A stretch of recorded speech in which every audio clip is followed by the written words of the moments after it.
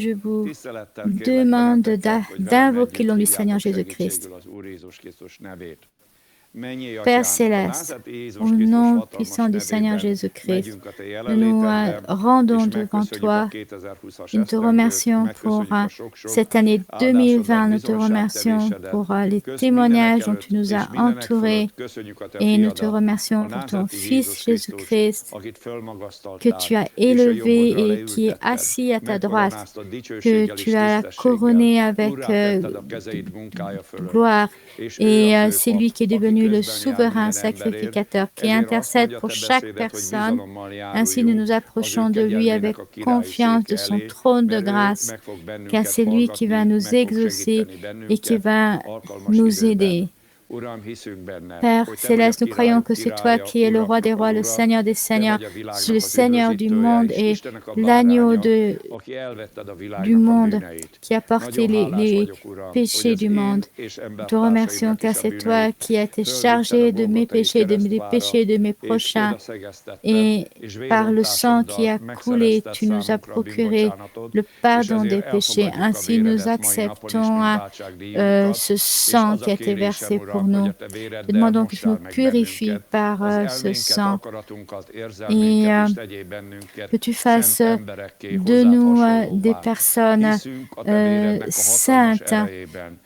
Nous croyons dans cette vie incorruptible et que c'est toi qui as répandu ton sang sur tous ceux qui ont accepté ton offre expiatoire, ton sacrifice expiatoire. Nous te remercions, Seigneur Jésus, car c'est toi qui as porté nos maladies, nos souffrances. C'est pour cela qu'il est marqué que nous sommes guéris dans tes souffrances.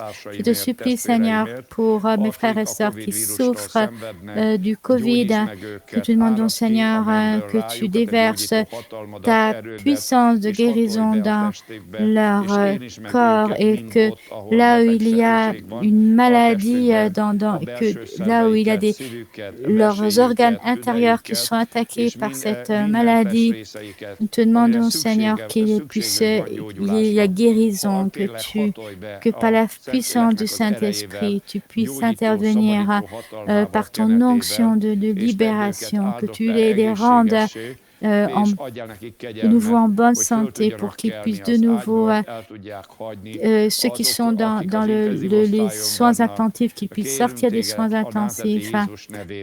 Nous te demandons, Seigneur, que tu délivres ce pays, que tu délivres nos prochains de ce fléau et que nous puissions reprendre notre vie normale. Et nous te demandons, Seigneur, qu'en 2021, tu donnes la délivrance de ce fléau du Covid, que de nouveau, nous puissions nous déplacer librement, que nous puissions continuer à annoncer l'Évangile du royaume. Seigneur, nous nous consacrons à ton service. Nous demandons, Seigneur, que tu nous touches pour que nous puissions te servir, toi, au nom du Seigneur Jésus-Christ, ce nom qui est béni éternellement et à jamais. Avant tout, je voudrais vous souhaiter une excellente nouvelle année à chaque personne et une bonne santé. Et je crois que 2021 sera une année de percée, de changement pour chacun d'entre nous et nous pourrons être libérés de cette épidémie. Pendant le culte de la Saint-Sylvestre, j'ai donc fait des commentaires sur les développements de cette année et notamment pour vous encourager à prier en tout temps, d'invoquer le nom du Seigneur Jésus-Christ, car la terre n'est pas à part dans l'univers, mais le monde spirituel a une influence sur le monde naturel. Et notamment quand nous prions au nom de Jésus-Christ, nous pouvons avoir une influence positive. C'est donc très important que que nous devons comprendre quels sont les défis que nous devons traverser.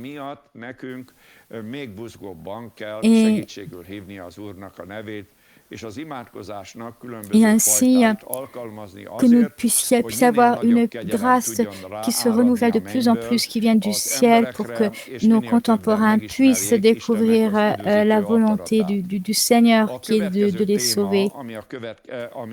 Et je pense que ce sera des défis que nous traverserons probablement pendant toute la décennie 2020, pas juste 2020-2021, peut-être jusqu'au retour du Seigneur Jésus-Christ. Donc c'est une question auquel les chrétiens doivent répondre. Est-ce que nous pourrons vivre sous une puissance qui sera normale ou qui sera contre Dieu? Et nous avons une capacité d'influencer ce qui va se passer. Et ma réponse, sur la base de la Bible, c'est comme j'ai parlé pendant le culte de la Saint-Sylvestre sur des choses qui peuvent avoir une influence négative sur le futur, notamment sur la liberté religieuse. Donc, je pense que c'est très important de se poser la question qui seront les personnes qui vont exercer le pouvoir dans le futur. On ne devrait pas oublier non plus qu'il s'agisse du livre de Daniel ou du livre de l'Apocalypse. On trouve des prophéties qui nous parlent du système de pouvoir qui aura lieu dans les dernières années de notre ère. Donc,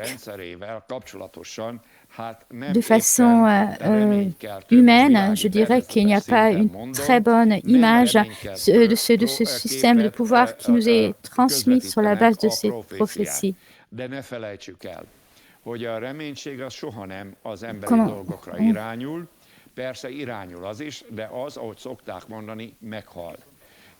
L'espérance est ce qui meurt en dernier, c'est ce qu'on dit, mais à partir du moment où nous sommes nés du Seigneur, notre espérance ne va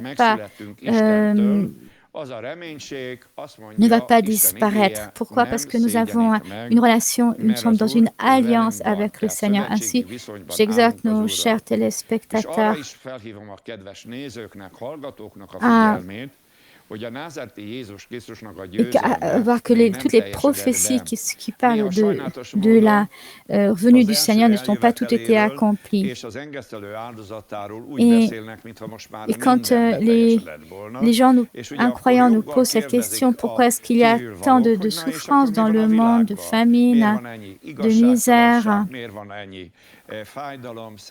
et qu'il y a tant de choses qui apparaissent que si nous parlons de la victoire de Jésus-Christ comme une victoire uniquement dans le passé, nous avons beaucoup de scepticisme, car ça veut dire que nous oublions qu'il y a des prophéties qui vont être accomplies dans le futur, dans le monde visible. Et notamment dans ce système de pouvoir.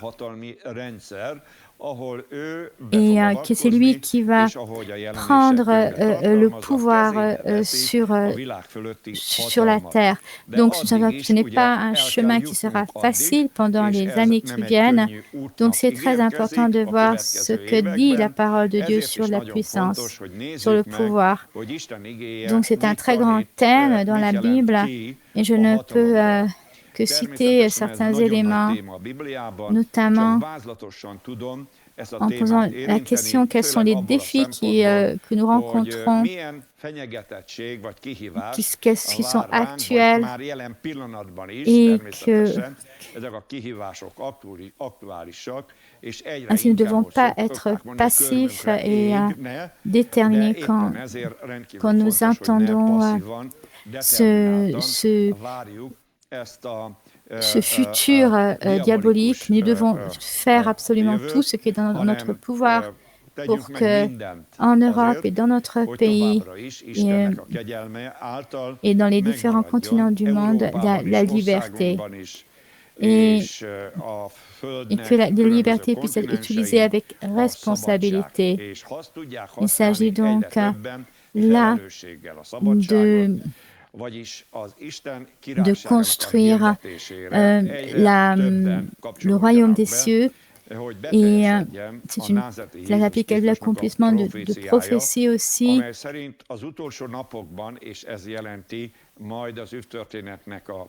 Il s'agit donc c'est la fin de notre époque eschatologique, à savoir que cet évangile sera annoncé au peuple et que le Seigneur donnera des témoignages sur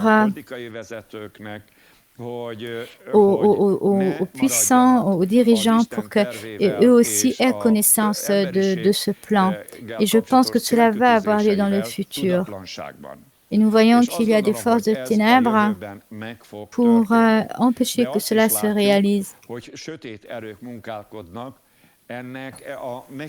pour que l'évangile de ce royaume ne puisse pas atteindre beaucoup de personnes. Car c'est le futur, on le voit bien dans l'Ancien et le Nouveau Testament, que le futur appartient au Seigneur. Et que le Nouveau Testament précise que le futur appartient à Jésus-Christ. Il a obtenu cet héritage du monde, y compris la puissance. Nous allons voir dans Romains 13, 1,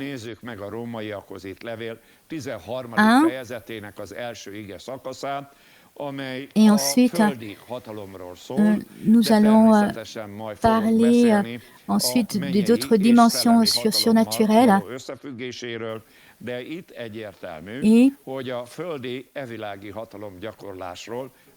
Et comment est-ce quelle est notre relation avec les autorités du pouvoir.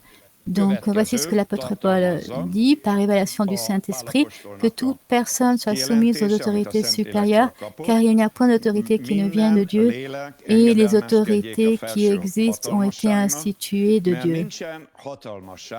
C'est pourquoi celui qui s'oppose à l'autorité résiste à l'ordre que Dieu a établi, et ceux qui résistent attireront une condamnation sur eux-mêmes. Ce n'est pas une bonne action, c'est pour une mauvaise que les magistrats sont à redouter. Veux-tu ne pas craindre l'autorité? Fais le bien et tu auras son approbation. Le magistrat est serviteur de Dieu pour ton bien. Mais si tu fais le mal, crains, car ce n'est pas en vain qu'il porte l'épée. Étant serviteur de Dieu, pour exercer la vengeance et punir celui qui fait le mal.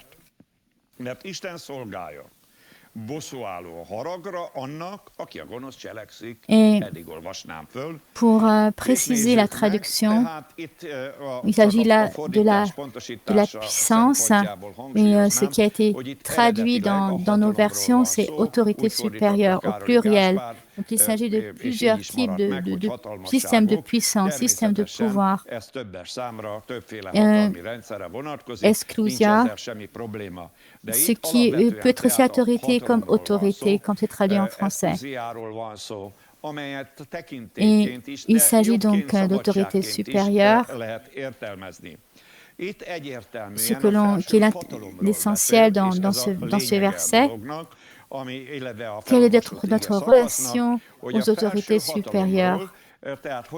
Et nous pouvons voir aujourd'hui que c'est un problème aujourd'hui que beaucoup nient le fait qu'il existe des autorités supérieures. Et donc c'est très important pour les chrétiens que les chrétiens en prennent conscience, que ce soit sur le plan naturel et qu'il y a une influence sur ce monde, cette dimension dans laquelle nous sommes, et aussi une influence sur le monde spirituel et le monde après notre mort. Et donc, la puissance traduit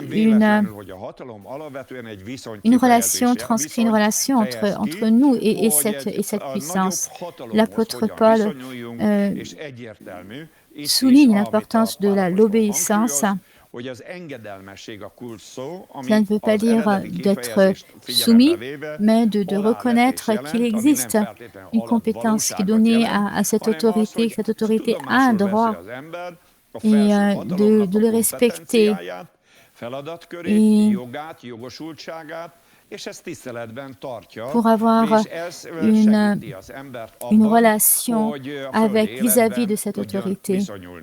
Et nous voyons qu'après la période des Lumières en Europe, et je dirais même qu'en fait, autour du pouvoir en Europe, il y avait une très grande confusion. Cette confusion a commencé à partir de Nimrod, et ce pouvoir a été utilisé par Nimrod pour que les gens se révoltent contre Dieu. Et cela fut manifesté par la construction de la tour de Babel.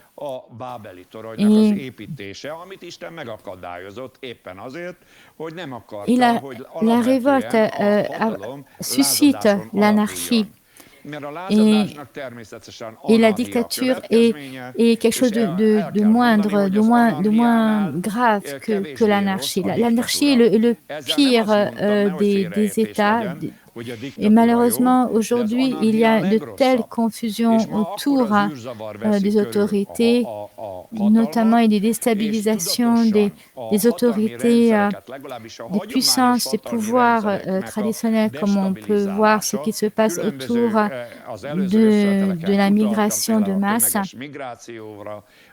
Et le programme de la nouvelle normalité.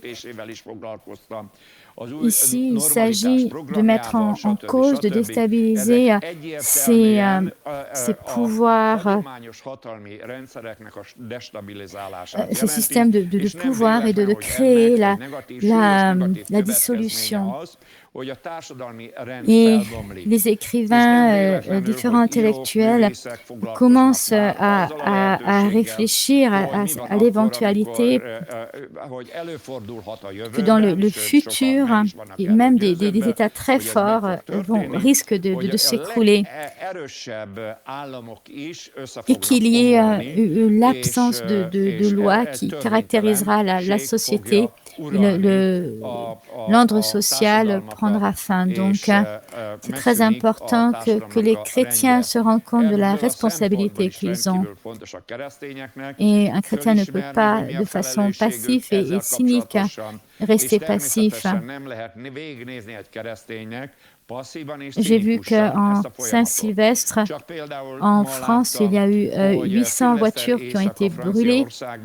Et qu'est-ce que c'est si ce n'est pas l'anarchie? Pourquoi est-ce que les gens ne respectent pas la propriété privée? Et il n'y aura pas non plus de punition, il n'y aura pas beaucoup de responsabilités, car ces rébellions touchent tellement de personnes qu'on peut voir que la puissance de l'État est en retrait et n'arrive pas à maintenir l'ordre. On le voit également dans les zones no-go. Et c'est ce qu'on voit également aux États-Unis avec les mouvements BLM et Antifa. Ce sont des événements anarchiques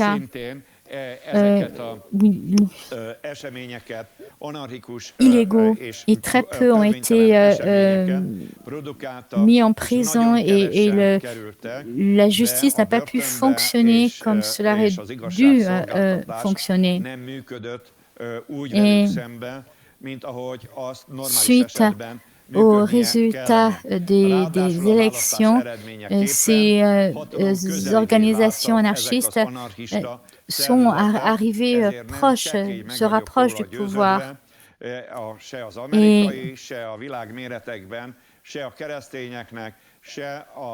donc, c'est la situation des chrétiens, ou même pas juste des chrétiens, juste des personnes qui veulent protéger leur liberté. Un système basé sur la liberté n'est devenu très difficile. Et beaucoup de chrétiens pensent que la Bible n'a pas de message par rapport à ces situations.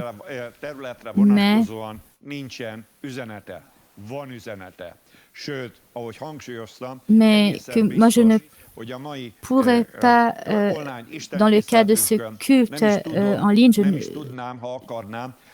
tout ce que le Seigneur dit à ce sujet. Mais ce que la Bible nous dit,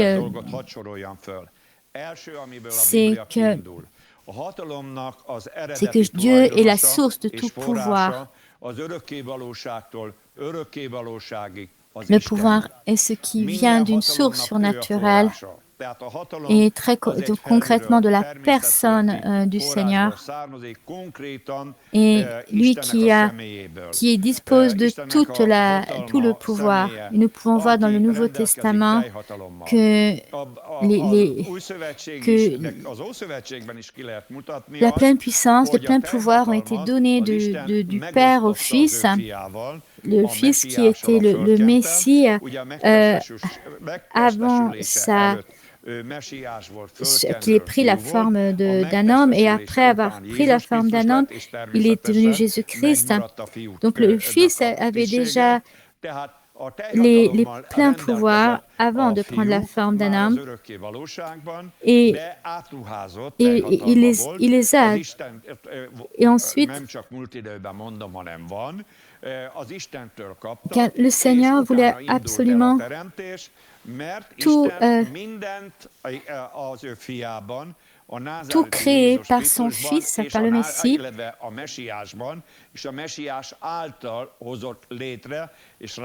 Et c'est vrai pour la terre et pour tous les autres mondes, de toutes les dimensions de l'univers. C'est là où on voit que le pouvoir est supérieur. Il y a aussi dans ce système le monde angélique et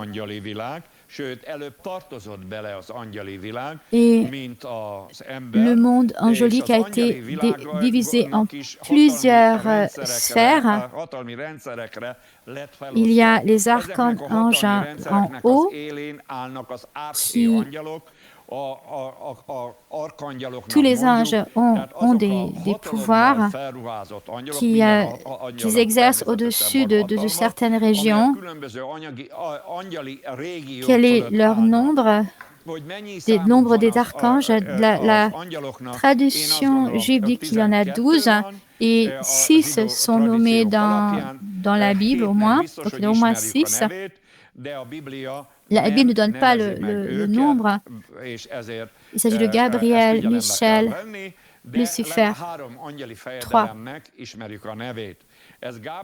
Donc par rapport à Lucifer, il y a un problème. Il a donc refusé d'obéir au pouvoir supérieur et il voulait probablement s'emparer du pouvoir que détenait le Messie. Et suite à cette rébellion de Lucifer, une partie des anges s'est joint à cette révolte. Et il y a eu donc un système angélique en rébellion contre Dieu. Et et qu'il n'y avait pas d'exercice du pouvoir monolithique par Dieu. Il était partagé ce pouvoir avec le Messie. Il était partagé avec les archanges. Et aussi, il y avait des différentes régions dans lesquelles ont été départagés les différents univers en différentes sphères de pouvoir. Et je pense que nous ne nous trompons pas quand nous disons que Lucifer et les anges qui sont en révolte ont comme sphère de puissance la terre. Pourquoi? Je pense qu'il y a beaucoup de justifications dans la Bible. Et le Seigneur pourra nous donner la possibilité d'entrer plus dans les détails une autre fois. Donc, il s'agit du royaume du Père et l'autre système qui est opposé au royaume, c'est le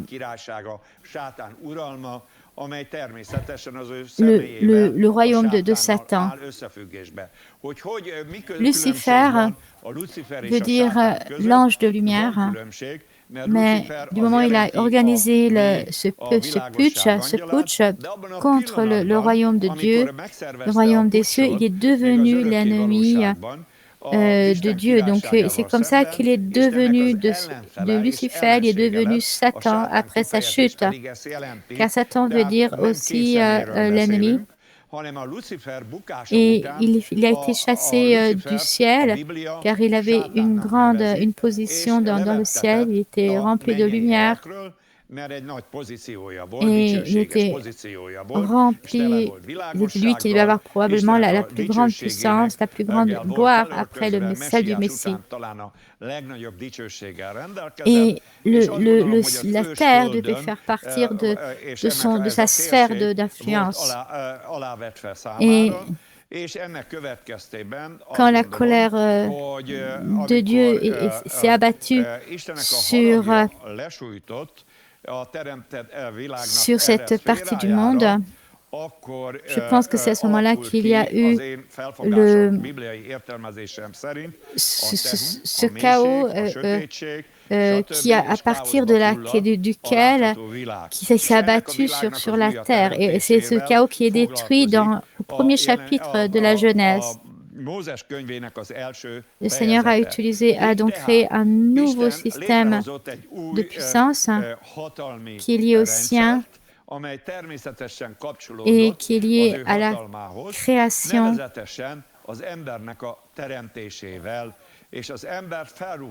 C'est-à-dire qu'il y a eu un règne sur la terre, le ciel et les vents.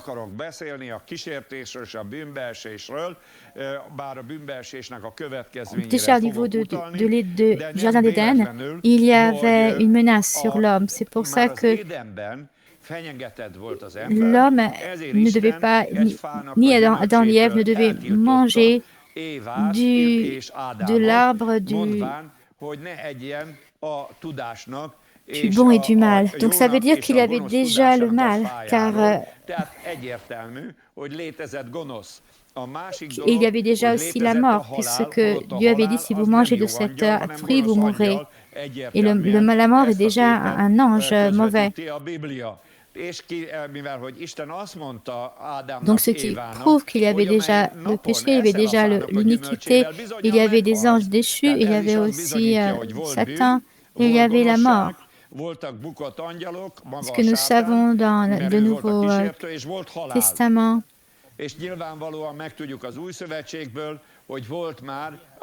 Il y avait donc la géhenne et l'enfer qui existait déjà.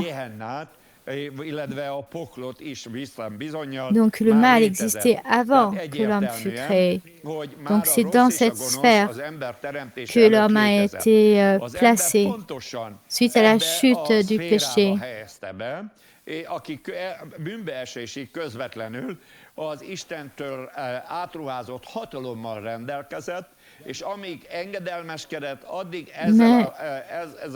vu que l'homme avait écouté la parole du tentateur, alors cette puissance qui a été, c'était la puissance de l'homme, s'est retrouvée dans les mains de Satan. C'est pour ça que Satan est appelé le chef de ce monde.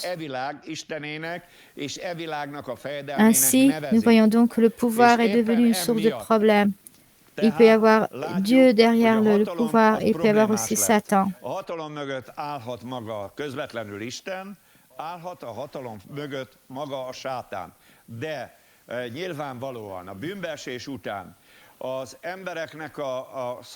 Il est donc devenu nécessaire de donner un nouveau système de pouvoir à l'homme. On le voit dans Genèse 1:6.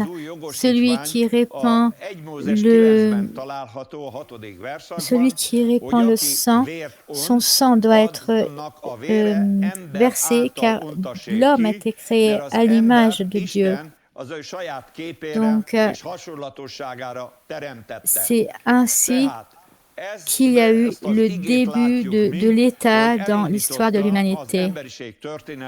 Et ça ne s'est pas passé tout de suite, les développements de l'État, mais par phase.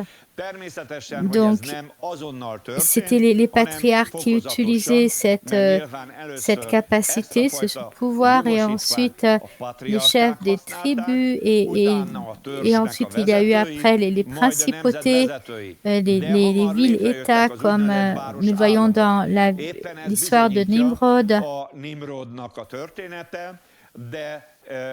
où quand il y a eu la fondation de Ninive, il y avait des États, des villes-États. Il n'y avait pas encore des ethnies déterminées, car l'humanité vivait comme une grande famille. Et quand il y a eu le jugement de Nimrod, c'est ainsi que les langues ont été créées. Et suite aux langues, les nations.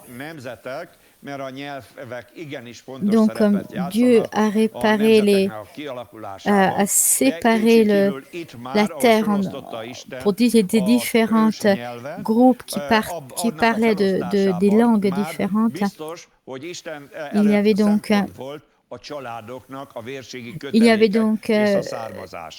eu des alliances entre les différents groupes. Il y a eu donc un développement de cette notion d'État. Il y a eu des villes États encore plus grandes. Après, il y a eu l'appel d'Abraham. Et l'alliance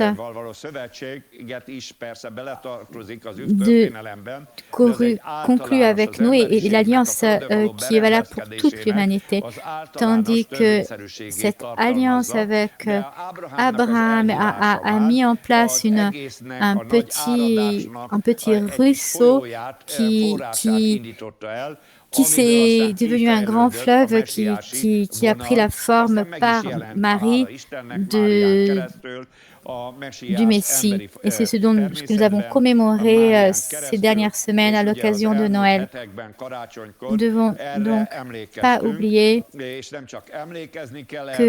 le Messie est le Fils de Dieu et qu'il était déjà venu sur la terre et qu'il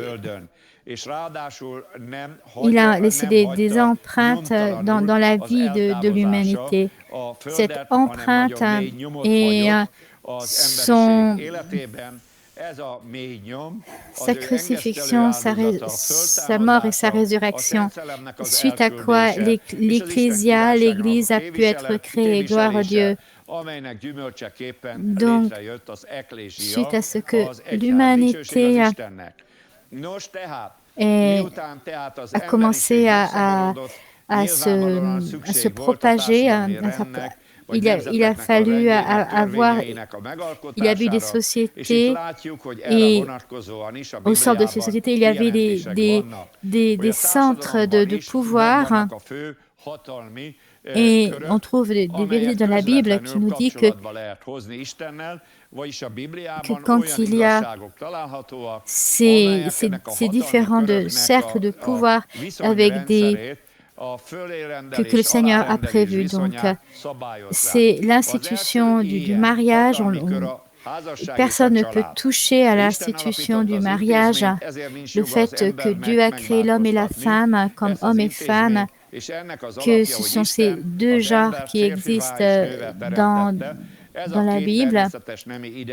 Et Jésus avait dit que votre parole soit oui et amen, et que ce qu'il y a en plus vient du diable. Donc si c'est vrai pour quelque chose, c'est vrai pour beaucoup de choses, mais c'est surtout vrai pour l'identité sexuelle. Il n'y a pas plus, bien sûr. Il peut y avoir des genres artificiels. On voyait comme ça existait à l'époque de Noé. Mais justement, ça a provoqué ce jugement qu'il y avait eu à l'époque de Noé, car c'était à l'époque de Noé, les gens avaient changé leur patrimoine génétique par des croisements avec les animaux, des croisements avec les anges.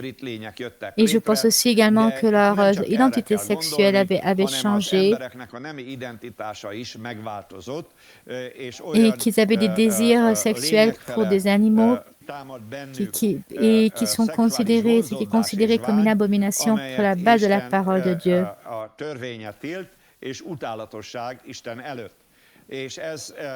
C'est très différent quand il y a une situation avec le soutien de l'État. Si on regarde absolument rien d'autre, c'est un signe de l'Apocalypse. Et j'ai parlé de Sodome et Gomorrhe pendant le culte de la Saint-Sylvestre. Ce ne sont qu'un signe précurseur de ce qui se passe dans notre époque. Et nous voyons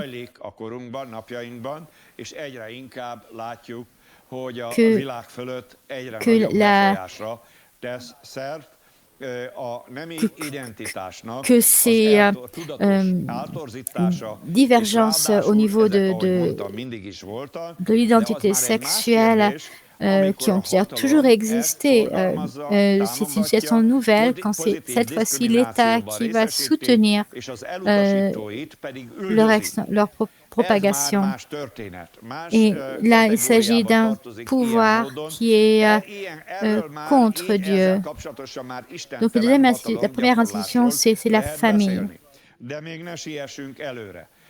La deuxième institution, c'est l'État. Donc, il y a eu plusieurs façons il y a donc plusieurs types d'États au cours de l'histoire et quand on arrive au jour d'aujourd'hui, on peut se poser la question, mais qu'est-ce qui va se passer si les gens vont choisir leurs dirigeants? Est-ce que cela veut dire que ce ne sont que les gens qui choisissent et qu'il n'y a pas plus Dieu qui intervient quelque part dans le choix des dirigeants? Donc, dans les pays démocratiques, est-ce qu'il n'y a que la volonté des gens qui pèsent dans la balance? Je voudrais dire que non. Et c'est pour cela il faut poser la question, quel est le choix que nous faisons? Comment est-ce que nous exerçons notre liberté? Et il y a certaines progressions dans l'histoire, puisque les adultes dans nos sociétés ont reçu le droit de vote pour pouvoir choisir leurs dirigeants. Donc, il y a un transfert de pouvoir entre les citoyens et les dirigeants. Et les dirigeants qui sont censés exercer ce pouvoir pour eux. Et il y a donc le mot qui veut dire ministre. Ministre veut dire de servir le peuple. Donc, il ne s'agissait pas de régner sur le peuple, mais quand on transfère le pouvoir, il s'agissait de servir le bien, de servir le bien général et de créer des bonnes circonstances et la protection de la vie humaine. Donc, on pourrait dire encore beaucoup de choses sur ce thème. Donc, la troisième institution, c'est l'économie. Il y a les relations entre l'employeur et l'employé. Bien sûr, les employés ont des droits, mais il y a toujours une différence de base entre l'employeur et l'employé. Heureusement, il n'y a plus d'esclavage, mais quand il y a un contrat, et le contrat représente pour les deux parties une obligation. Et on peut trouver des éléments justes des deux côtés de la barrière et en tant qu'employeur, en tant qu'employé, il faut prendre en considération ce que dit la Bible. C'est ainsi que des deux côtés, on pourra accomplir nos missions pour la gloire de Dieu. Donc, là, je parle que des grandes institutions que le Seigneur a créées. Le quatrième pilier est celui des autorités charismatiques, des autorités spirituelles. Donc, il y avait l'institution des prophètes sous Israël et l'apôtre Paul aussi avait dit d'abord aux sacrificateurs que vous êtes comme une muraille blanchie, mais après il s'est repris et quand il a su que c'était le souverain sacrificateur, car le souverain sacrificateur est sanctifié par le Seigneur, même s'il a abusé de son pouvoir. Et ça se passe également dans la vraie Église. C'est ce qu'on voit dans l'histoire de l'Église. C'est présent également dans les erreurs du mouvement charismatique. Donc, regardons à l'original. Le Seigneur a donné 5 dons: apôtres, pasteurs, enseignants, évangélistes, prophètes. Et ensuite, il y a beaucoup d'autres, il y a plusieurs dons.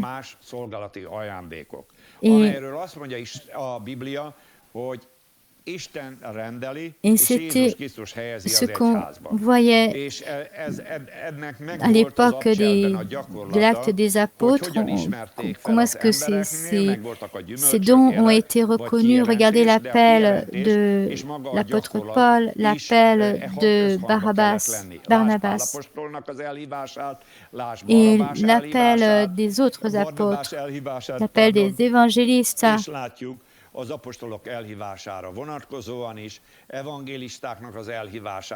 Donc, l'Église apostolique était une Église dans la gloire, car il y avait une autorité charismatique.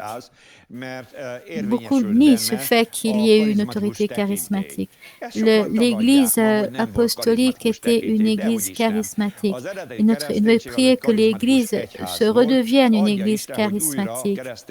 Et je crois que l'Église qui sera enlevée par le Seigneur pour rencontrer Jésus-Christ dans les nuées, ce sera... Je sais que les savants ont souvent abusé de ce mot quand on parle du mot charisme. C'est même devenu un péjoratif à cause des abus. Mais quand on regarde le contenu biblique, l'Église des glorieuses et l'Église charismatique, donc, ce sont les 4 piliers de sphère de pouvoir et il est très important que nous ayons une vision biblique car cela va avoir un impact sur cela va avoir un impact sur notre vie. Donc, il y a une révolte simultanée dans le monde face aux 4 sphères de pouvoir, ainsi c'est pour ça qu'il y a beaucoup de confusion autour. Mais quelles que soient les confusions, nous devons continuer à représenter ce que dit la parole de Dieu et non pas les raisonnements du monde par rapport à cela. Et après la période, l'époque des Lumières, cela fut devenu un problème, un thème de débat sur le pouvoir, bien qu'il y avait de grands débats sur le pouvoir aussi avant. Pourquoi? Parce que les gens vivaient sous l'oppression et c'était pas la volonté de Dieu. Le Seigneur nous a créés pour que le Seigneur puisse régner sur nous et non pas que nous devions vivre une vie misérable dans l'oppression par d'autres personnes. Et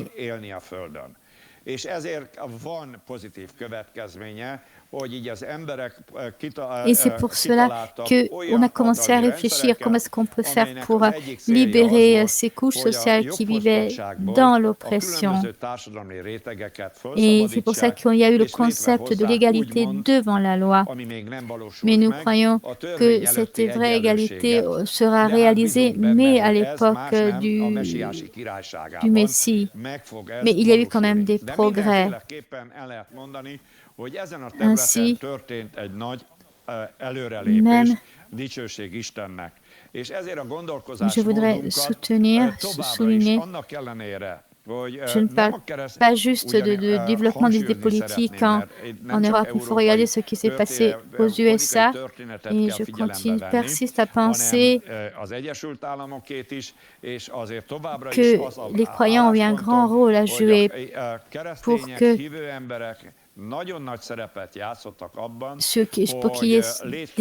le concept de liberté basé dans un contexte chrétien. La liberté comme concept existait également dans l'Antiquité. Mais c'est donc les croyants qui ont travaillé sur ce concept de liberté. Pas vraiment en Europe, mais c'était des personnes qui avaient été chassés de l'Europe et qui ont découvert, avec la découverte de l'Amérique, ont eu la possibilité de développer des structures de pouvoir qui puissent être fondées sur la liberté dans un concept chrétien. Malheureusement, il y a beaucoup de mensonges. Bien sûr, c'est sûr qu'il y avait aussi eu des problèmes au niveau de ce concept de liberté. Par exemple, quand on regarde l'esclavage, qui était une institution horrible. Et donc, mais la chrétienté a eu un très grand rôle pour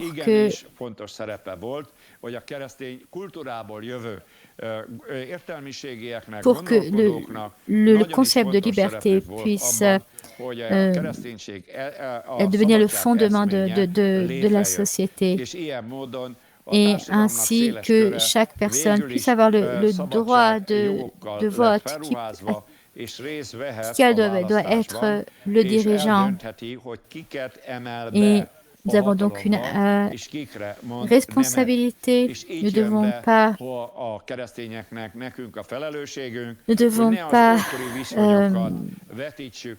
répercuter ce qu'il y avait dans l'Antiquité. Par exemple, si l'apôtre Paul, s'il avait eu la possibilité de voter, il l'aurait fait. Et je suis sûr qu'il aurait reçu également l'inspiration du Saint-Esprit. Il aurait dit également quelles sont les notions sur la base de laquelle l'Église devrait voter. Ce que je dis ne vient pas du diable, mais dans les années dans ces années 2020, bien sûr, bien que nous nous concentrions sur Jésus-Christ, sur l'annonce de l'Évangile, c'est donc quelque chose qui est important de ne pas abandonner dans notre nation, de ne pas abandonner nos concitoyens, mais nous devons tout faire pour les aider, pour que des personnes puissent être arriver à une position dirigeante qui n'utilisent pas leur pouvoir contre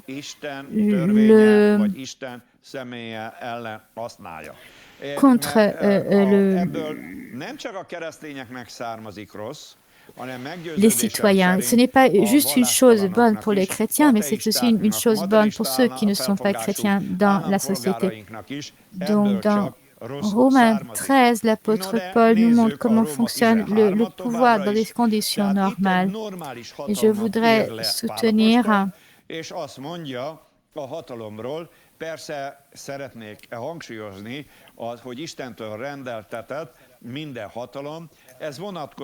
je voudrais montrer un peu après comment est-ce qu'on doit comprendre, interpréter ce concept de pouvoir, mais même si c'est nous qui exerçons nos propres droits, le Seigneur a le droit d'influencer notre façon de penser, notre cœur.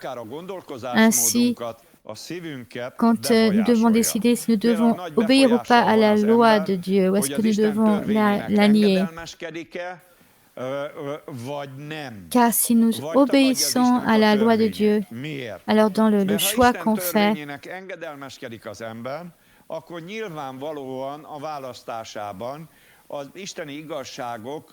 qu'il puisse y avoir une inspiration, tandis que si le péché augmente dans la société, alors le péché va nous influencer la décision. Malheureusement, la vérité ou le péché ne sont pas des concepts qui sont complètement déconnectés des réalités spirituelles. Et dans ce cas, nous ne disons pas que c'est le Seigneur directement qui va choisir le dirigeant, mais nous devons pourtant pas voir le processus électoral comme quelque chose de complètement en dehors de tout facteur spirituel. C'est pour cela que c'est très important que les chrétiens doivent renouveler leur façon de comprendre, pour ne pas conformer leur intelligence au siècle présent. Car Leurs décisions ne vont pas gagner le plaisir de Dieu. Il faut en prendre la mesure, sinon il y aura une contradiction dans la personnalité d'une telle personne et cette personne ne peut pas développer dans la connaissance du Seigneur et son comportement, sa façon de vivre va être rempli de contradictions et que cette personne risque de se placer contre la volonté de Dieu et de rejoindre les ennemis de Dieu. Et c'était toujours le problème dans l'Ancien Testament. Ce n'était pas l'absence de religion, car il y a beaucoup de personnes religieuses qui ne comprenaient pas comment est-ce que Dieu pense et qui ont choisi de soutenir des personnes alors que c'est pour leur que c'était un péché dans les yeux de Dieu. Quand la foule a crié crucifiez-le, crucifiez-le, mais c'était le résultat d'une manipulation, mais il y a quand même la responsabilité individuelle. Car cette révélation du Seigneur était disponible pour ces personnes. Tu as la possibilité de recevoir l'amour de la vérité dans ton cœur. Si tu ne le fais pas, si tu es responsable.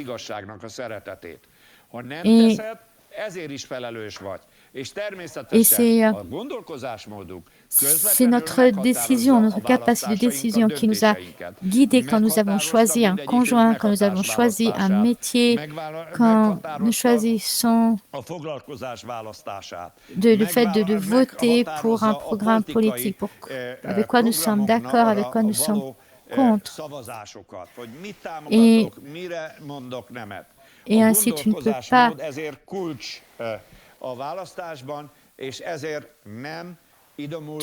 pas t'identifier aux idéologies de ce monde, mais tu dois renouveler ton intelligence. Ainsi, tu verras peut-être plus de problèmes, mais tu vas prendre des bonnes décisions et ta vie va aller dans une bonne direction. Comme j'ai lu dans Romains 13, la bonne autorité a pour but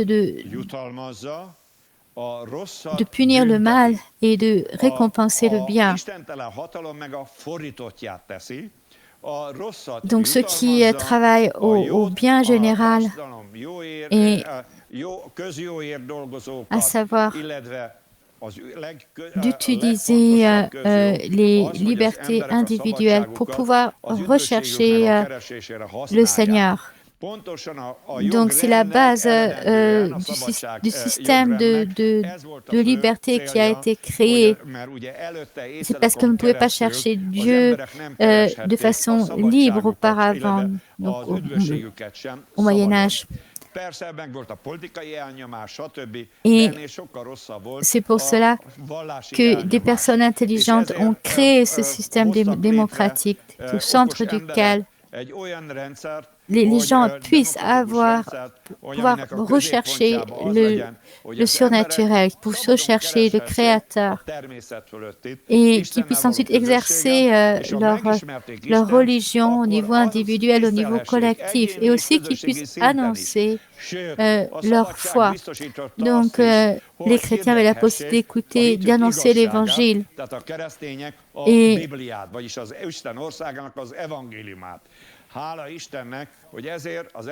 donc, quand je parle de la liberté, de ces forces de liberté qui ont pu en fait gagner chaque continent, chaque nation, avec l'annonce de l'Évangile, de la mort, de la résurrection de Jésus-Christ et annoncer le pardon des péchés. Donc, je voudrais aussi préciser que ce programme qui a appelé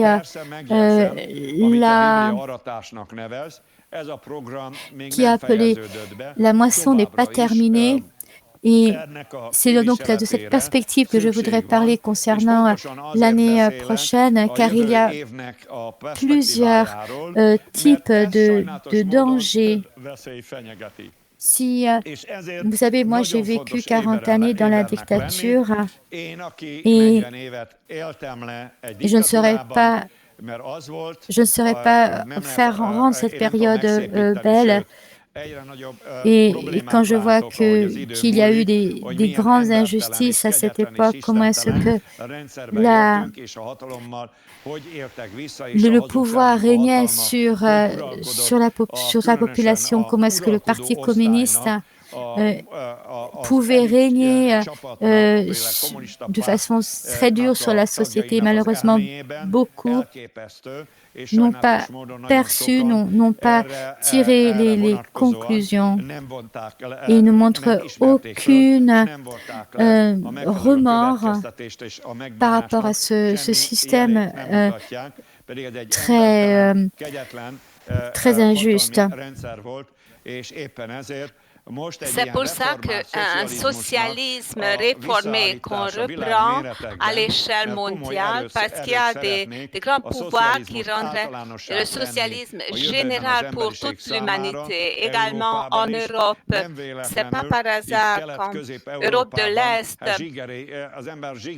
il y a une résistance qui se crée en nous de l'origine, parce qu'on ne veut pas que ça se répète, qu'il y ait encore un socialisme encore plus méchant qui se réalise, parce que c'est inhumain. Il s'agit d'un système qui est contre Dieu et qui est inhumain. Mais malheureusement, en connaissant le livre de l'Apocalypse, il y a une possibilité réelle pour cela, que ça va se réaliser. C'est pour ça que je vous prie, je vous demande de prier parce que c'est un sujet extrêmement important, de mettre l'accent sur la prière dans les années à venir pour que ça ne puisse pas se réaliser. Quand on exerce normalement le pouvoir, j'aimerais vous dire que c'est un problème pour beaucoup de chrétiens. C'était également un problème aux États-Unis dans les années passées. Ce qui est normal comme exercement de pouvoir. Et quand on a vu que ça contient le péché, la contradiction, alors le pouvoir normal, alors on a dit qu'il n'y a pas de différence entre un pouvoir normal et entre un pouvoir sans Dieu. Ceux qui pensent ainsi, ils ignorent que quand on exerce un pouvoir normalement, la dominance, le règne universel du péché subsiste toujours. Ça veut dire que dans chaque domaine du pouvoir, on peut expérimenter l'injustice, le péché et également la corruption. Mais il y a une grande différence entre le pouvoir qui est sans Dieu et entre le pouvoir normal, c'est qu'on peut lutter contre le péché. Et il y a des conséquences quand on commet un péché, mais que personne n'attende. Avant l'avènement du royaume de Dieu de manière visible, que le pouvoir normal sera saint, il ne sera jamais saint. Il n'y avait jamais un empire saint, un royaume saint. Même le royaume de David n'était pas saint parce que le roi David a commis un grand péché lui-même. Mais il a exercé normalement ce pouvoir et c'était acceptable aux yeux de Dieu. C'était une autre chose, qu'il avait une communion personnelle avec Dieu et il avait une onction du Saint-Esprit sur lui. Je ne dois pas énumérer tout ça, mais il y avait le péché originel dans l'exercement de son pouvoir, ce qui est prouvé par son adultère. Mais quand le prophète Nathan est allé le voir, il a dit au roi que tu mourras, et il lui a dit, il lui a énuméré ses péchés, c'est que tu as commis l'adultère. avec Bathsheba. Ensuite, tu as tué son mari. Et quelle était la réponse du roi David? Il n'a pas exécuté le prophète Nathan, mais il est resté l'ami du prophète Nathan. Ensuite, il est rentré en lui-même. Il a exercé la repentance. Il a exercé sa repentance, donc il s'est converti de ses péchés et ensuite il a tout fait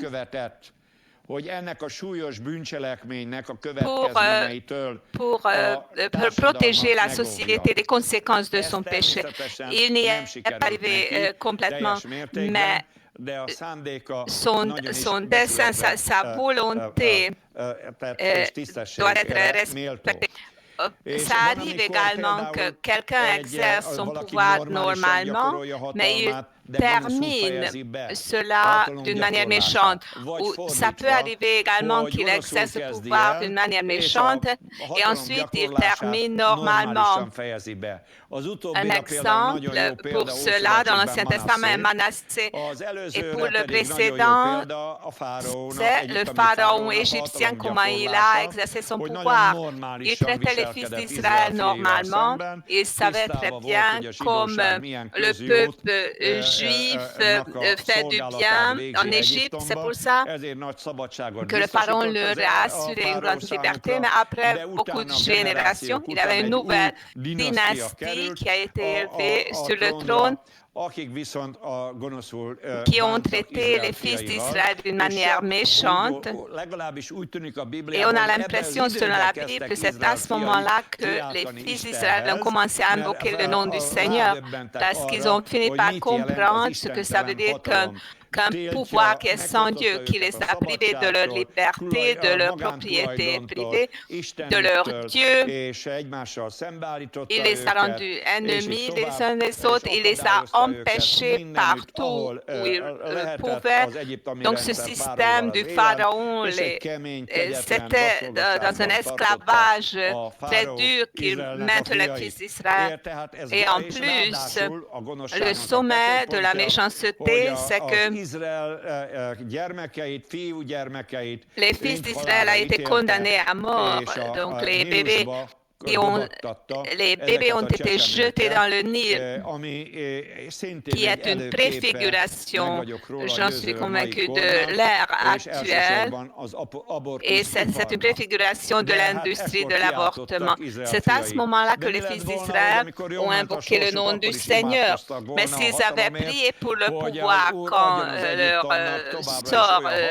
leur vie était meilleure, pour que le pharaon n'exploite pas les fils d'Israël et qu'il ne les prive pas de leur bien. On a vu au cours de l'histoire tout cela. C'est ce qui prouve également qu'on ne peut pas être aliéné du domaine d'exercer le pouvoir, parce que les autorités peuvent influencer notre destin, notre sort, au niveau communautaire et au niveau individuel également. Et je pense que ceux qui vivaient au temps du communisme ont beaucoup de connaissances et d'expériences. Il est très important de dire à la jeune génération, ne fermez pas vos oreilles, les jeunes. Écoutez, pourquoi le communisme, le marxisme, le socialisme est mauvais, comme il n'est pas bon de renier Dieu et quelles en sont les conséquences. Il faut apprendre tout cela pour que votre génération ne commette pas la même erreur.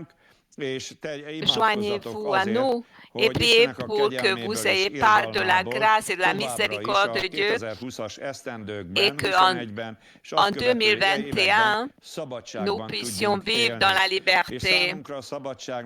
La partie la plus importante de la liberté pour nous, c'est l'adoration de Dieu, l'exaltation de la grâce de Dieu, l'adoration au niveau communautaire, l'acceptation de toute l'écriture. Ça doit peut-être pas le pouvoir qui me dit ce que je peux accepter de la Bible, que le pouvoir ne sanctionne pas, par exemple, la première partie de l'Épître aux Romains ou les 10 commandements, parce que Jésus dit que l'iniquité se multipliera anomos en grec ancien, c'est-à-dire cette attitude qui est contre la loi. Et la parole de Dieu fait allusion, se réfère à ces décisions. Il y aura des pouvoirs qui se créeront, qui vont imposer des lois et qui vont protéger l'iniquité. Et c'est l'iniquité qui deviendra la loi. Et la loi deviendra illégitime. Et ça, c'est le système qui est sans Dieu. Et derrière un tel système se trouve toujours Satan. Est-ce que Dieu va permettre cela?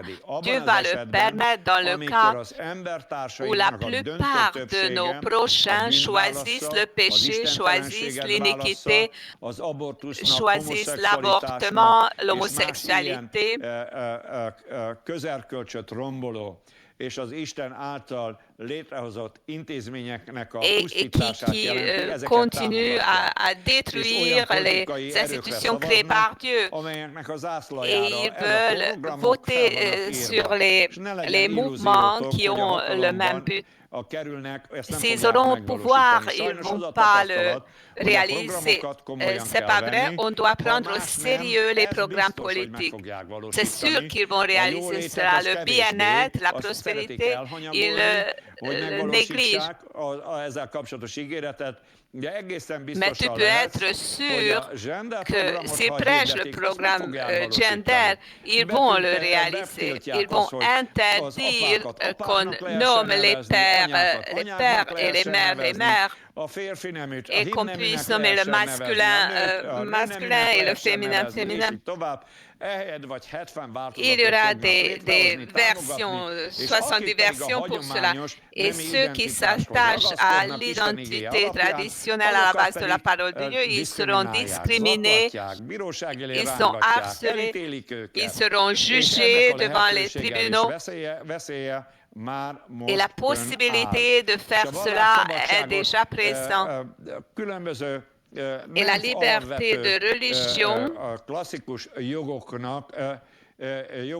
ne seront pas subordonnés à des lois comme la protection des animaux, etc. C'est un grand problème que l'ordre légal a été tellement transformé. Les chrétiens ne sont pas paranoïaques. Et les puissances séculaires qui soutiennent le christianisme, qui pensent qu'on a besoin du christianisme encore à l'intérieur de la société, parce qu'ils accomplissent des tâches importantes. Ils ne sont pas les partisans des théories de la conspiration.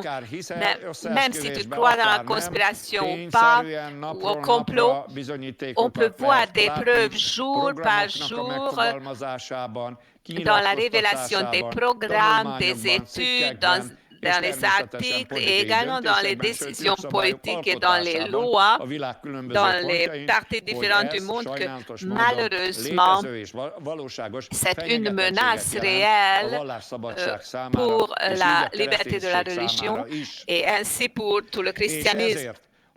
Et c'est pour ça que si les gens choisissent le mal, et le mal deviendra le bien pour eux, et le mensonge deviendra la vérité pour eux, alors dans ce cas-là, Dieu va leur permettre de s'égarer et de prendre de mauvaises décisions.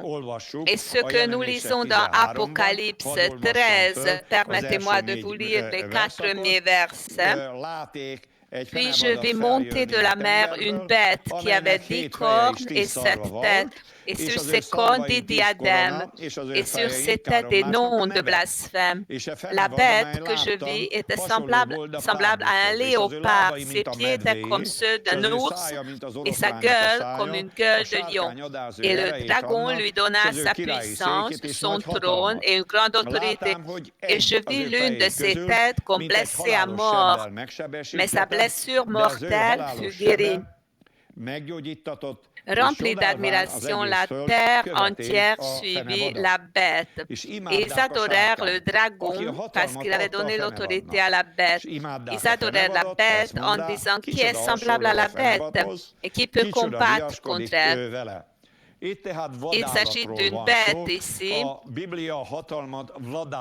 Donc la Bible symbolise le pouvoir sans Dieu en tant qu'une bête, pas des bêtes sauvages. Par exemple, dans le livre de Daniel, il montre ainsi les royaumes différents. Parce que exercer le pouvoir, c'est méchant, c'est sans Dieu. Et l'Apocalypse chapitre 13 parle de la fin de l'histoire. Que la fin de l'histoire va aboutir dans une bête qui aura du pouvoir à l'échelle mondiale. La plupart des pays seront sous son autorité. Comment ça va arriver? Ça ne sera pas par la conquête militaire, mais à travers les contrats, à travers des alliances différentes, à travers des systèmes d'alliances. La Bible, depuis 2500 ou 600 années, il contient que le dernier royaume ne sera pas créé par une conquête militaire, mais les différents pays créeront un pouvoir commun. Ils deviendront des États membres. Mais dans cette alliance, quel pouvoir les États membres garderont, préserveront? C'est la question la plus actuelle en Europe. Et le conflit politique le plus grave vient de ça. Je n'ai aucune obligation envers aucun dirigeant politique, mais je dis par ma conviction, par ma foi. Je vous dis que ceux qui protègent la souveraineté des pays à l'intérieur d'un système politique agissent bien et que Dieu accorde que de plus en plus d'États membres protègent leur pays de l'Europe qui est centrée sur un pouvoir. C'est la bête qui se trouve en Apocalypse chapitre 13. La preuve en est pour Daniel chapitre 9 que le même royaume qui a crucifié le Messie a détruit le temple, a détruit Jérusalem. Il se reformera à la fin de l'histoire. Il va être recréé dans un état d'alliance. Et ce système d'alliance aura une telle progression que les États membres renonceront à leur souveraineté et ils revêtiront une institution centrale par leur pouvoir. Donc, ils vont élever le pouvoir national à un niveau international et ce centre de pouvoir sera concentré dans un homme. Et la Bible nomme cet homme en conséquence de son alliance avec Israël, Antéchrist. Donc, c'est l'Antéchrist qui va jeter toute l'humanité dans l'Apocalypse. Donc,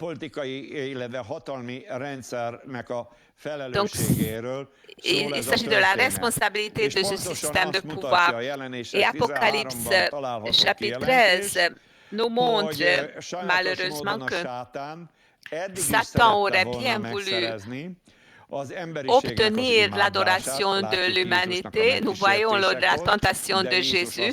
Jésus lui a dit non. Il est écrit que tu serviras seul ton Dieu.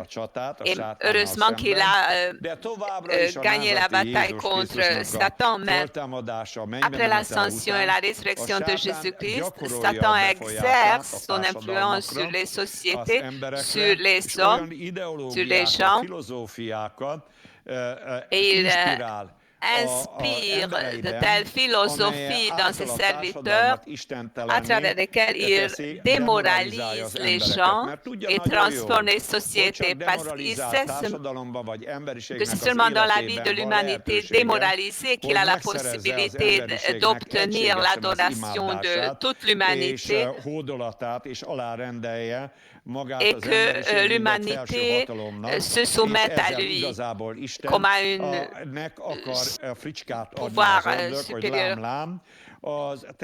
Et Dieu veut ainsi montrer à Dieu que tes créatures que tu as créées à ton image et à ta ressemblance, ils se mettent à mes côtés. Le but de Satan, c'est que cette situation soit irréversible et c'est ainsi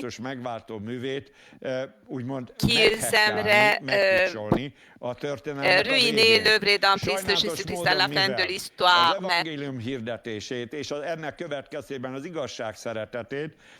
Comme la plupart de la société, ça concerne les années 20 et 30.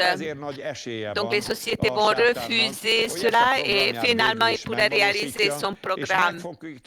Et Satan va trouver son homme, son serviteur, en qui il sera incarné et tout son trône, comme le Père a donné son trône à son Fils, Satan va donner son trône à son homme pour qu'il règne sur la terre. Et ce ne sera pas seulement un pouvoir naturel sans Dieu et un pouvoir basé sur la méchanceté humaine. Mais ce pouvoir sera basé sur la synthèse de la méchanceté de Satan et de l'homme qui va dépasser la nature féroce des royaumes qui existent jusqu'ici. Il y aura un syncrétisme qui se créerait. Le léopard symbolise le royaume hellénique, l'ours symbolise Mède et Perse. On doit penser également à l'Empire romain de l'Antiquité, comme il organisait l'État. Leur force militaire sera concentrée en lui.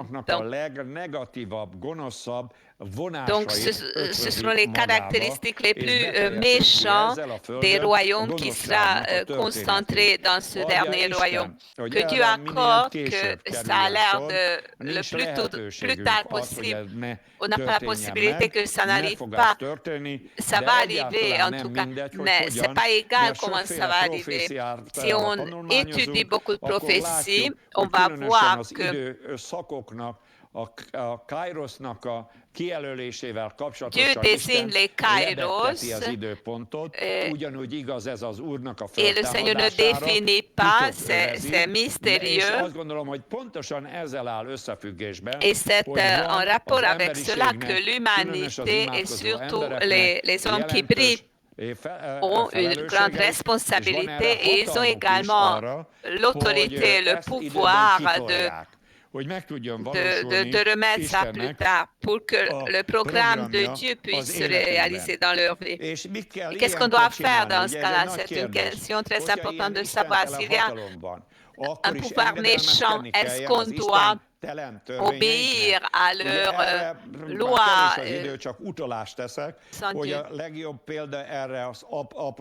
Le meilleur exemple pour cela, c'est l'attitude des apôtres. Jésus a dit aux apôtres, après la résurrection, que tout pouvoir m'a été donné dans les cieux et sur la terre. Et maintenant, je vous envoie. Faites des nations des disciples, baptisez-les au nom du Père, du Fils et du Saint-Esprit.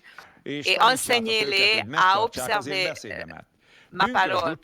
Après la Pentecôte, les disciples ont commencé à faire cette œuvre et qui ont annoncé l'évangile de Jésus-Christ de Nazareth. Mais le pouvoir n'aimait pas ça. Et Actes des Apôtres, chapitre 5, on voit une scène qui nous donne une direction, c'est que les membres de Sanhédrin disent aux apôtres que nous vous avons ordonné, nous avons fait une loi que vous ne pouvez pas enseigner au nom de Jésus-Christ de Nazareth, c'est-à-dire que vous ne pouvez pas prêcher l'Évangile. Et qu'est-ce que nous voyons? Est-ce que l'apôtre Pierre a dit, pardon, je ne vais plus le répéter, je ne vais plus le faire, mais l'apôtre Pierre a dit, il faut obéir à Dieu plutôt qu'aux hommes, parce que Jésus a dit que prêcher l'Évangile. Et le pouvoir terrestre a dit que non, vous ne pouvez pas annoncer l'Évangile. Les apôtres sont devenus tels qu'ils étaient parce qu'ils n'obéissaient pas à ces ordres. Quand ils sont allés à Rome ou dans d'autres provinces, ils n'obéissaient pas au pouvoir non plus, ils continuaient à prêcher l'Évangile. Comme ils ont transgressé cet ordre méchant, ils étaient obligés de devenir des martyrs. Mais ce n'était pas négatif, parce que leur sang se trouvait sur ce pouvoir méchant, et ce système de pouvoir romain était sous la malédiction, et c'est pour ça qu'il s'est écroulé. Et Constantin a reconnu cela. Il a vu que ça n'a aucun sens de persécuter les disciples de Jésus-Christ de Nazareth parce que ça attire les malédictions, les divisions, les guerre civile. Et c'est pour ça que Constantin s'est réconcilié avec le christianisme. Les interprétations sont différentes dans ce cas-là, mais je pense qu'il y a un contenu positif pour cela. Et c'est l'Église apostolique et l'Église des martyrs qui pouvaient le réaliser, et leur sang n'était pas vain. Gloire à Dieu qu'ils l'ont fait pour nous, et grâce à leur témoignage, nous pouvons prêcher l'Évangile et nous sommes dans l'œuvre de la moisson. Je suis très reconnaissant à Dieu pour ses martyrs et pour ses saints, et avant tout pour les apôtres. Ou par exemple dans le livre de Daniel, chapitre 3, qui est la préfiguration de l'Antéchrist, que Nebuchadnezzar a placé une idole, et il a dit qu'il fallait que les trompettes se retentissent, qu'ils adorent cette idole. Il y avait Shadrach, Meshach et Abednego qui ne voulaient pas se prosterner devant cette idole. Donc, le roi leur a donné une possibilité de le faire, de répéter. Quand les trompettes retentiront, alors adorer cette idole. Et les jeunes ont dit que non, on ne va pas adorer ton idole, parce que le Seigneur va nous délivrer de tes mains. Mais même s'il ne nous délivre pas, nous n'allons pas adorer ton idole. Mais gloire à Dieu que Dieu a délivré ces 3 jeunes hommes juifs. Et c'est une préfiguration de la fin de l'histoire. Donc, on doit comprendre ce que l'apôtre Paul écrit dans l'Épître aux Philippiens, parce que c'est extrêmement important. Philippiens 3, versets 20-21. Je vais préciser cela. Mais nous sommes citoyens des cieux, d'où nous attendons aussi comme sauveur le Seigneur Jésus-Christ, qui transformera le corps de notre humiliation en le rendant semblable au corps de sa gloire par le pouvoir qu'il a de s'assujettir toutes choses. C'est pas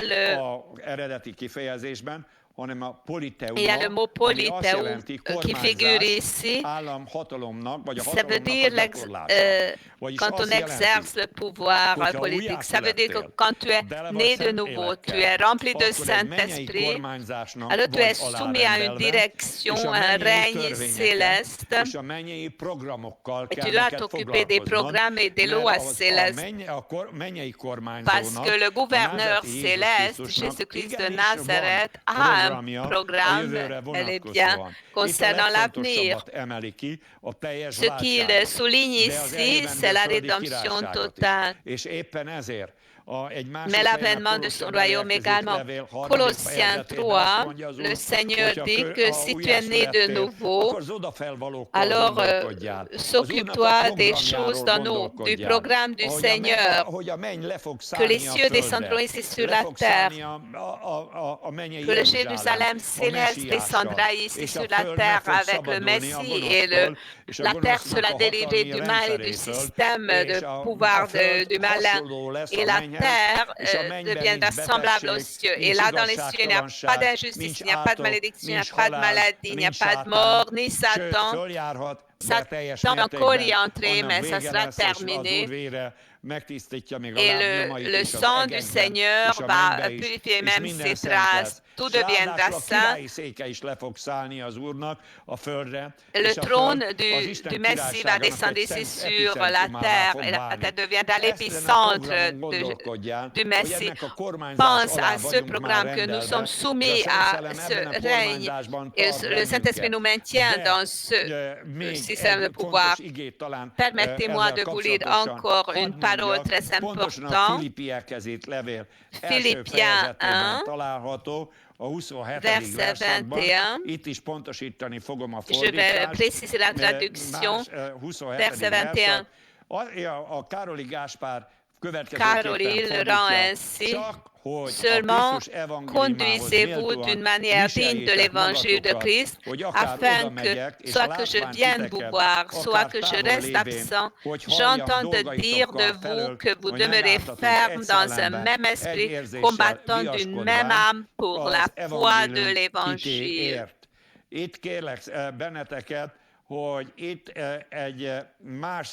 Je vous prie de voir ça.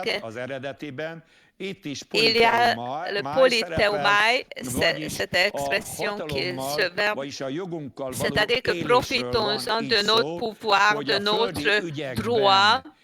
C'est que dans les affaires terrestres, nous pouvons exercer nos droits conformément au pouvoir de Jésus-Christ. Ne prenons pas de telles décisions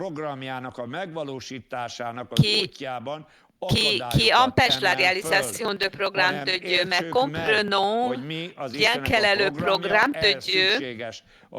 C'est pour ça qu'il est nécessaire de renouveler notre intelligence pour qu'on s'occupe des choses d'en haut. C'est que la terre deviendra comme les cieux, c'est que la terre sera remplie de la connaissance de Dieu, de la paix de Dieu, de la gloire, de la justice de Dieu. Il n'y aura pas d'hôpitaux, il n'y aura pas d'enterrement.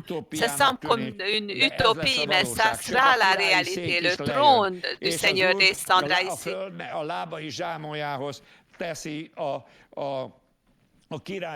Et le trône du Seigneur sera à Jérusalem et il va démontrer là qu'il a supprimé toute puissance qui est sans Dieu. Et c'est son règne, son royaume qui va subsister, comme dit Daniel, qu'il subsistera éternellement. Et l'apôtre Paul dit ici,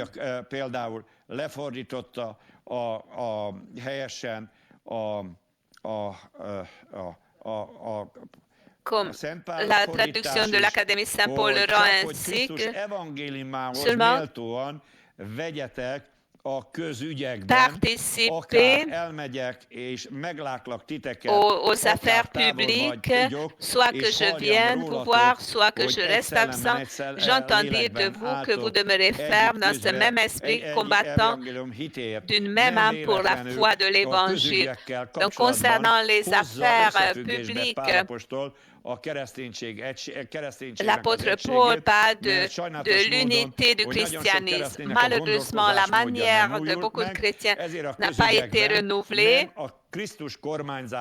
Et c'est pour ça qu'ils ne participent pas dans les affaires publiques conformément au règne de Christ. Que le Seigneur vous épargne de ça en 2021 et dans les années 20. Il ne faut pas que la fin de l'histoire vienne très vite. On doit toujours continuer à prêcher l'Évangile parce que Dieu veut que chacun puisse connaître la connaissance de son salut. On a besoin de liberté pour cela et nous pouvons garder la liberté seulement dans le cas où les chrétiens à l'échelle mondiale jogosultságukat, befolyásukat az Úr kormányzásának exercent leurs megfelelően influences és conformément au programme programjának du megfelelően Seigneur. használják föl. Vagyis ne a Ils ne disent törvénytelenségre pas nem oui à igent l'iniquité, mondanak, mais ils disent hanem non nemet à mondanak. l'iniquité. À chaque Programra, proclamation amely qui szemben est áll a contre törvénnyel. la loi, Mert a törvény tartalmazza a parce que c'est minősítést la az loi ember qui contient la cselekedeteire. Embernek qualification Isten nem adott törvényhozási jogot, des már œuvres. az erkölcsi törvényre gondolok. Les 10 Ezért a 10 commandements parancsolat az minden nemzet számára irányadó. est bizony valable pour olyan chaque nation. törvényeket Et várunk nous el attendons des a lois de la part des parlamentektől, parlements amely az embereket, qui, hívőket, különösen, surtout de les többi chrétiens, polgártársainkat sem mais tous állítja les szembe citoyens az ne Isten seront pas mis törvényével contre és az la evangéliumnak loi az de Dieu et igazságával les sem. vérités de Ezért l'Évangile. C'est nagyon pour ça qu'il est fontos, très ahogy Pál important, apostol comme mondja l'apôtre Timóteusról Paul írt dit à levél Timothée, második chapitre fejezetében, 2, il est hogy a très important királyokért, qu'on prie méltóságokban pour les elevőkért, és minden autorités. emberért, mindenfajta Et on doit prier pour toutes fajtával sortes de imádkozunk, formes de prière könyörögjünk, pour eux. mert az Parce que imával par les meg tudjuk prières, on peut segíteni les őket, támogatni soutenir tudjuk őket, hogy a pour qu'ils assurent la liberté és ne az et qu'ils ne soient pas sous l'influence de Satan, ou que ce ne soit pas les hommes de Satan qui se trouvent dans le pouvoir. És ez ma Et c'est le plus grand défi des années 20, selon ma conviction envers la parole de Dieu. Accepte la parole de Dieu, demande de la sagesse de la part de Dieu. Ne te révolte pas contre la volonté de Dieu, mais marche sous le règne du Seigneur. Et dans ce cas-là, Dieu va te donner de la sagesse, comment interpréter les affaires terrestres. Que le Seigneur vous bénisse. Je vous souhaite une bonne et heureuse année paisible et bonne santé. Que le Seigneur vous bénisse, le Seigneur vous protège et vous garde dans tous vos chemins. Amen.